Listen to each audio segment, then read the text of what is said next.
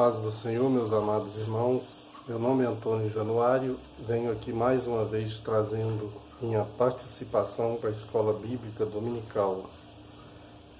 A nossa lição é a lição da CPAD, para já quase terminando este trimestre, e ela tem o tema geral como o plano de Deus para Israel em meio à infidelidade da nação, as correções e os ensinamentos divinos para o período dos reis de Israel. Lição 11 para o dia 12 de setembro de 2021. O título: O reinado de Ezequias. Verdade prática diz: Deus sempre ouve e guarda os sinceros de coração que o obedecem e procuram agradá-lo. Deus sempre ouve e guarda os sinceros de coração que o obedecem e procuram agradá-lo. A verdade prática foi repetida 2 vezes. O textuário diz: No Senhor Deus de Israel confiou, de maneira que depois dele não houve seu semelhante entre todos os reis de Judá, nem entre os que foram antes dele. Então, a verdade prática e também o textuário. O textuário está em 2 Reis 18, versículo 5, que fala deste importante rei de Israel. Parece que Ezequias veio a ser o 18º rei. Nós temos aqui o nosso texto bíblico, que está em 2 Reis, capítulo 18, do versículo 1, 3, 13, 28 e 29. E 19, capítulo 19, versículo 1, 5, 7, 15, 16, 20 e 21. O texto bíblico eu não vou ler, mas vou ficar aqui com alguns dos pontos da lição, onde é percebido pontos fortes e que é de muito importância para a nossa meditação. Eu vou ler só a introdução e depois vou direto nos pontos, e a nossa lição está dividida em primeiro ponto, com 3 itens, o segundo ponto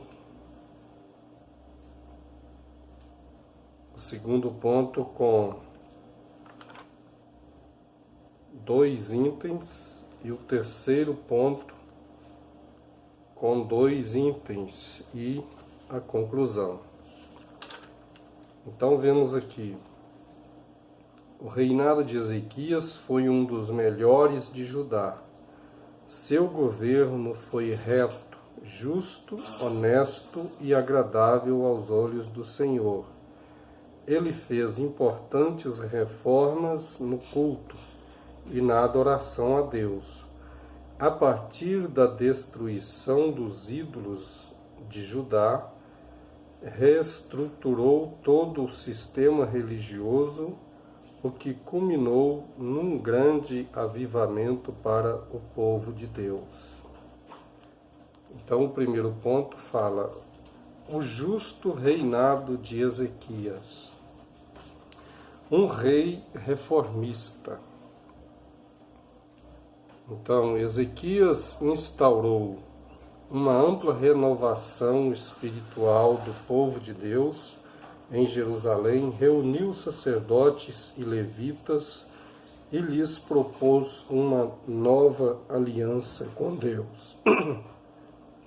Segundo Crônicas 29, 4-11, esta aliança incluía uma reforma radical no comportamento e na espiritualidade do povo. O rei mandou destruir os altares pagãos, reabrir as portas do templo, restabelecer as ofertas e os sacrifícios, reinstituir os ofícios sacerdotais e ainda celebrar a Páscoa. A despeito de tudo isto, o que mais se destaca é nas atitudes de Ezequias e que ele se chegou ao Senhor. Não se apartou de após ele e guardou os mandamentos que o Senhor tinha dado a Moisés. Assim o rei Ezequias tinha um coração disposto a fazer a vontade de Deus no reino de Judá, por isso ele reuniu os sacerdotes e demais levitas e lideranças para conhecer o verdadeiro estado, para reconhecer o verdadeiro estado pecaminoso da nação. Ezequias tinha um coração quebrantado e por isso foi reformista.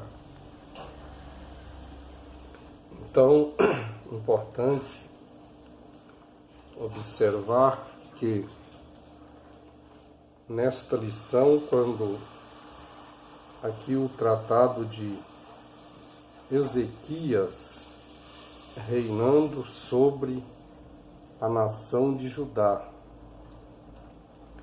A nação de Judá, como é do conhecimento de todos os leitores da palavra de Deus, Judá passa a ser uma nação a partir do momento em que houve a divisão. Nós temos, quando foi dividido a nação de Judá, fica junto com a tribo de Benjamim, Judá e Benjamim, duas tribos juntas, ao sul da Palestina, né? E no norte fica as 10 tribos, onde começou com o rei Jeroboão, aquele que era o servo de Salomão, que tinha um cargo a serviço da casa de Salomão, mas que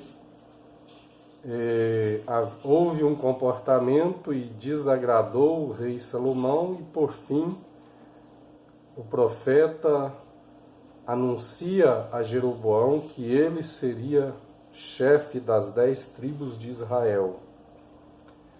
Então, nesse tempo, houve esta divisão.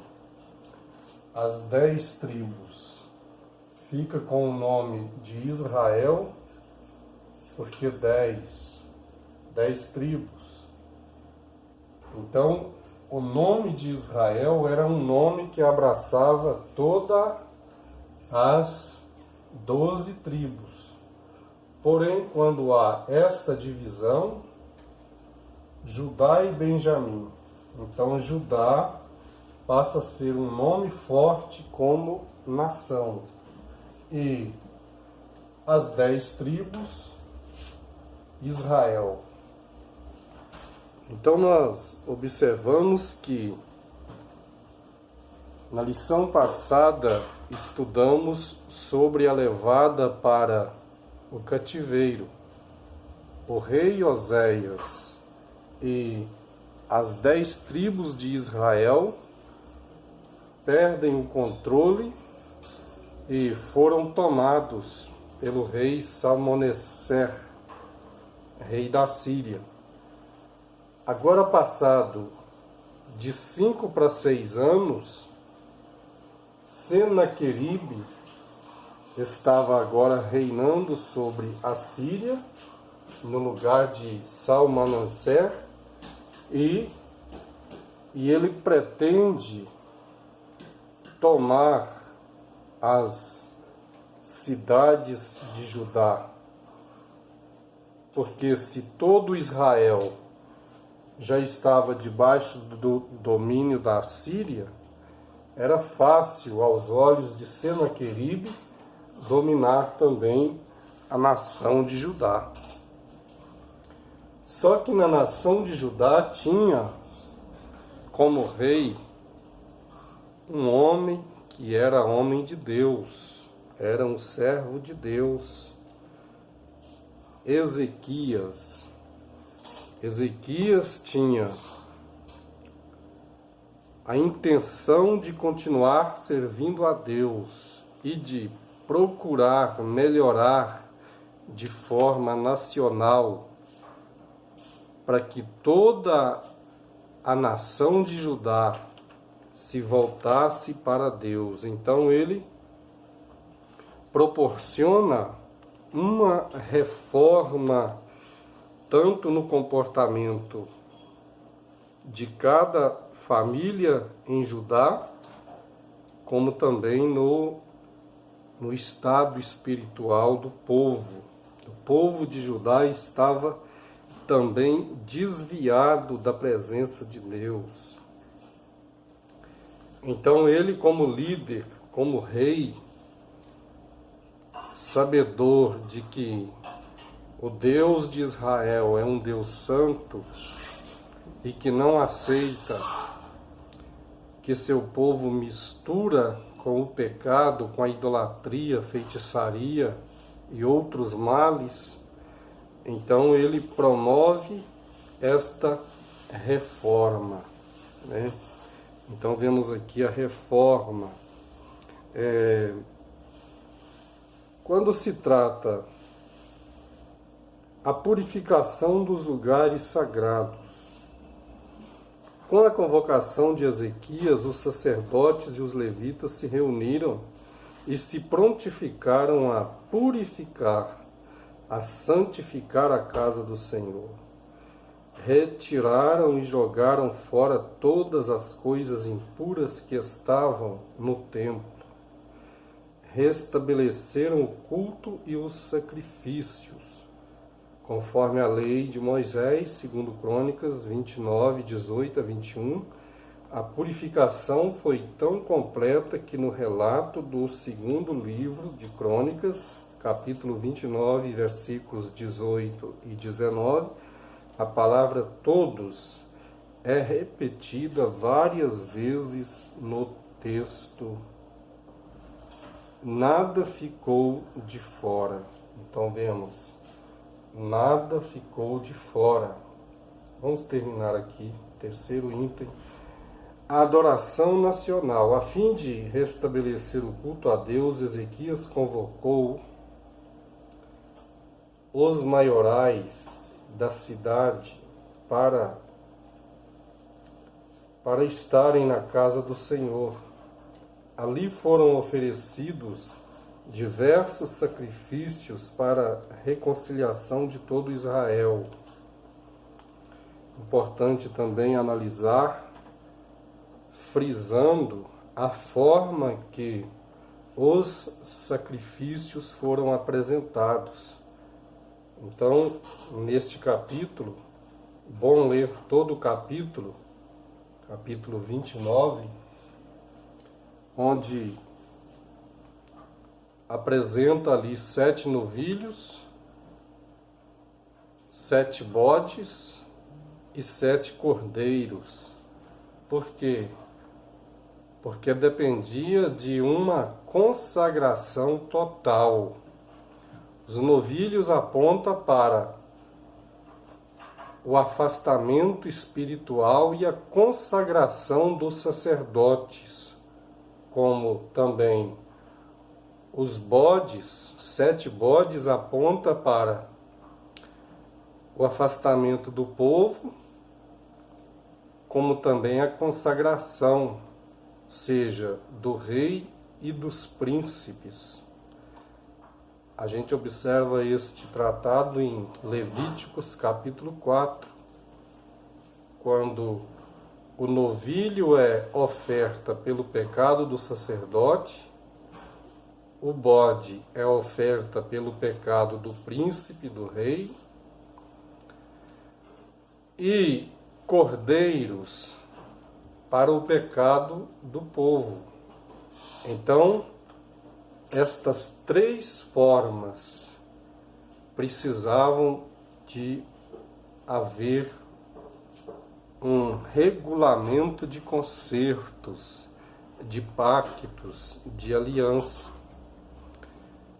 Então observamos que Ezequias, ele se tornou notório na sua forma de servir a Deus, na necessidade que ele percebe, porque ele percebe esta necessidade de cima para baixo, né? Quando fala aí de novilhos, de bodes e de cordeiros, é uma necessidade que vinha de cima para baixo, isto é, ele olhava para a forma e comportamento sacerdotal, mas ele olhava também para o principado, para o rei, para si, e depois também para o povo. Todos precisavam de um concerto e de renovarem uma aliança com Deus. Então, quando aqui no tópico do item 2, fala que o comentarista de todos, a palavra todos no versículo 18 e 19, então todos, fala aqui dos utensílios, os versículos 18 e 19, fala dos utensílios, de tudo que havia sido tirado de dentro do templo. Puseram lá os ídolos e tiraram os utensílios que eram usados para o sacrifício, para a purificação. Tudo que era importante para o culto a Deus foi retirado de dentro do templo. Mas Ezequias, o reformista, ele busca estas coisas para dentro do templo novamente. A mesa dos pães da proposição fala de proposta. Se Deus tinha uma proposta para a nação de Israel, representada aqui por estes pães, nos 4 cantos da mesa tinha chifres. Esta mesa significava uma proposta de Deus para a nação de Israel. Então não adiantava Deus ter uma proposta se o povo não tinha um propósito de santidade, de obediência. Então quando Ezequias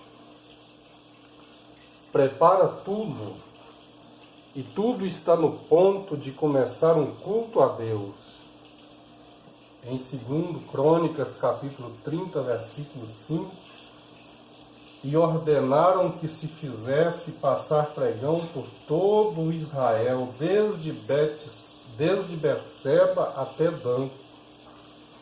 Já falamos que 5 anos, de 5 para 6 anos antes de Senaqueribe dar esta investida contra Judá, contra o rei Ezequias, o rei Oséias, com todas as 10 tribos, tinham sido tomados, estava debaixo do jugo de da Assíria. E então o que acontece? Ezequias, ele ordena que passasse pregão, que fosse convidado toda a nação de Israel, desde Berseba até Dan. Então, ele rompeu as barreiras da divisão. Ele rompeu as barreiras da divisão. Com esta forma de reformar a situação espiritual da nação de Judá, começando com a vida espiritual dos sacerdotes, dos príncipes e ele como rei, e também todo o povo de Judá. Agora ele lembra que aquele povo que estava no cativeiro, debaixo do jugo assírio, precisava também apresentar o seu culto a Deus, precisava de participar desta aliança, né? Então o povo foi chamado para esta comunhão na casa de Deus, diferente de Jeroboão, diferente de Roboão, né? Que queriam. Roboão, quando viu que o povo separou e agora seguia a Jeroboão, Roboão teve a intenção de preparar um exército de 185 mil homens para buscar o povo de volta. Roboão pensando isso. Deus proíbe ele. Não faça, porque isto foi eu que fiz. Quando Deus fala que foi ele que fez, ele permitiu aquela divisão. Ele permitiu. Quando ele permite, não quer dizer que era a vontade de Deus. Ele permitiu que o povo se dividisse.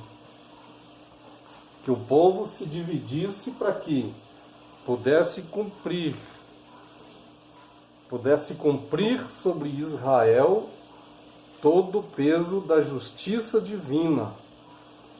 Porque não era do agrado de Deus que aquele povo se dividisse, mas que aquele povo fosse um sacerdócio que representasse os requerimentos divinos para toda a humanidade. Porém, o povo cai do propósito de Deus quando se contaminam com os ídolos das nações.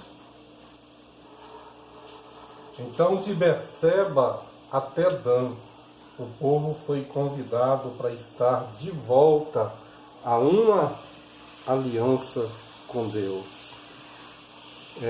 O nome de Senaqueribe, vamos aqui. Senaqueribe invade Judá. Segundo ponto da nossa lição.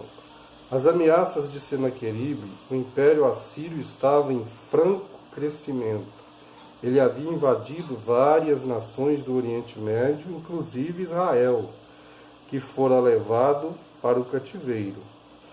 Então já estamos aqui, temos analisado isso, já fazia de 5 para 6 anos que o rei Oséias tinha sido tomado, né?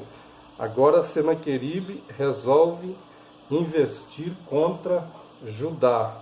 Já tinha tomado algumas cidades de Judá, e ele quer invadir Jerusalém para tomar preso Ezequias. Mas aqui vemos. Agora Senaqueribe, rei da Síria, achava que poderia fazer o mesmo com Judá. Foi então que resolveu expedir seu poderoso exército para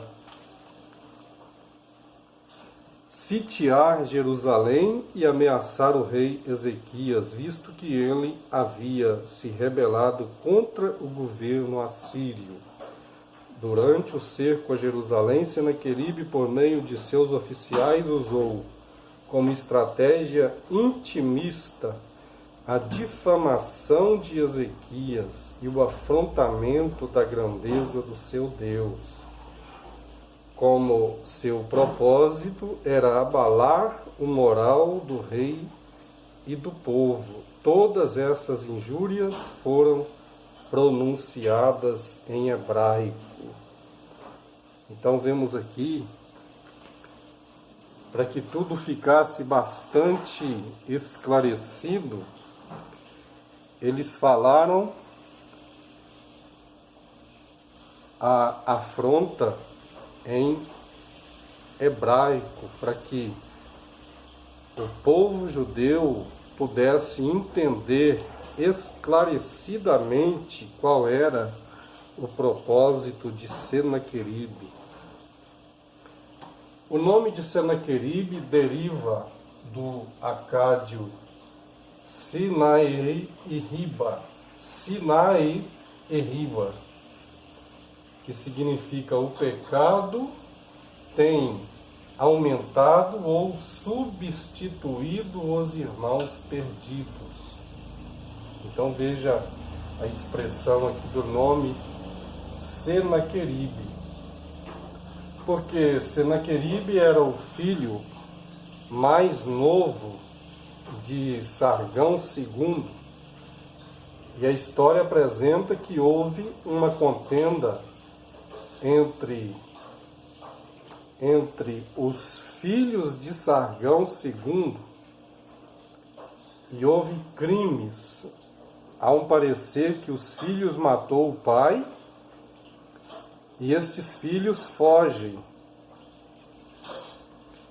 Então o poder real do império fica na mão de Senaqueribe, que tem esse nome, e que recebe esse nome devido a estes comportamentos criminosos dentro da casa de Sargão II.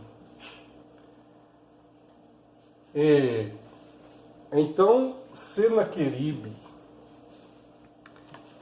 ele resolve afrontar o rei Ezequias.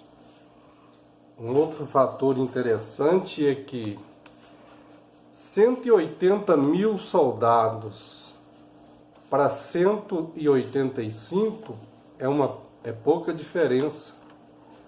Lá no início da nação de Judá, Roboão tinha um número de exército preparado para ir dominar as 10 tribos. Deus o proíbe. Aqui nós vemos Senaqueribe com um exército com um parecer deste mesmo número, agora afrontando a nação de Judá. Interessante que, por meio desta afronta, que ele remonta sobre o rei Ezequias, então vai orar com o auxílio do profeta Isaías, filho de Amós.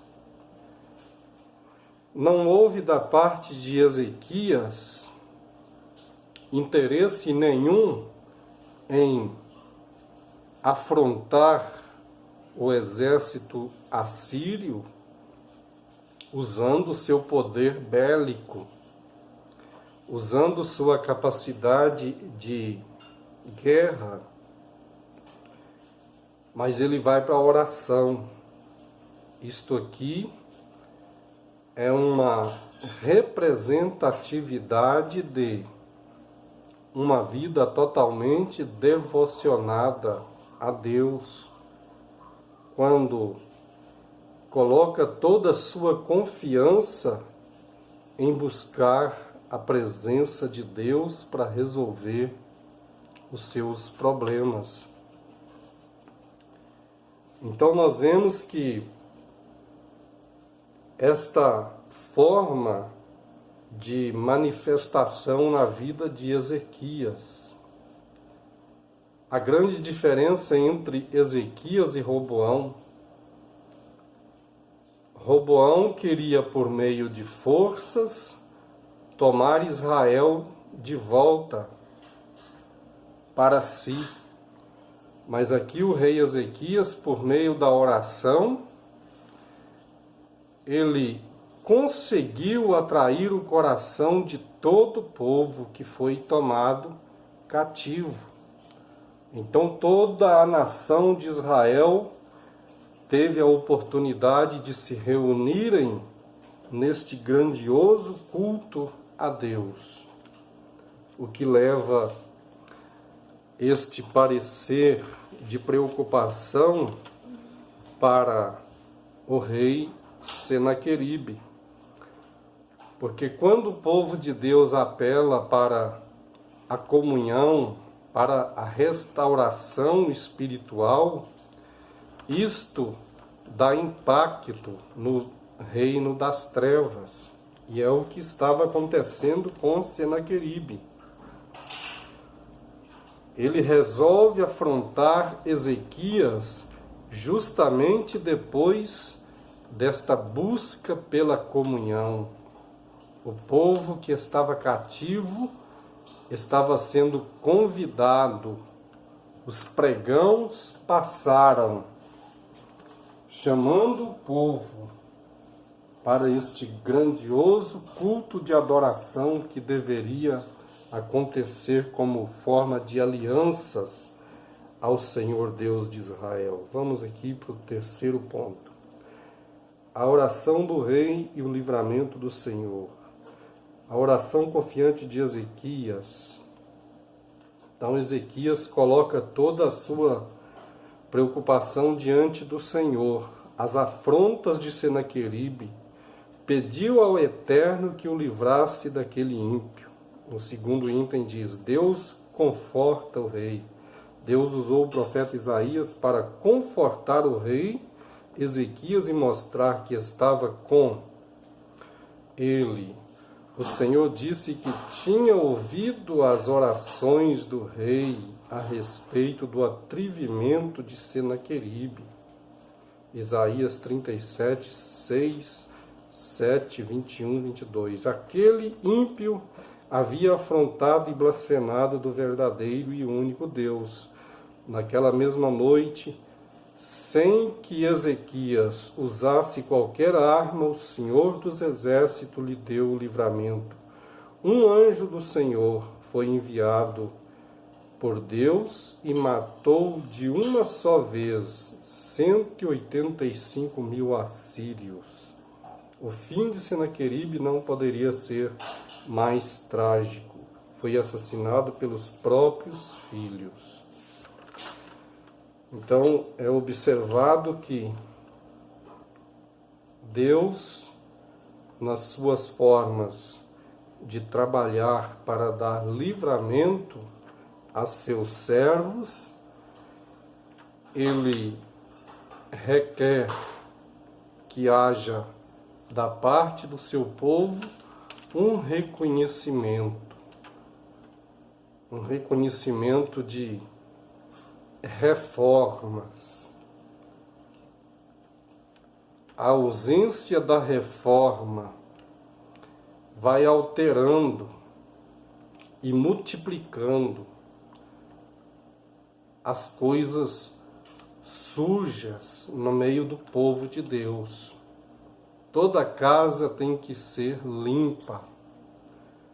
Toda casa tem que ser purificada, varrida. Toda casa tem que receber adornos.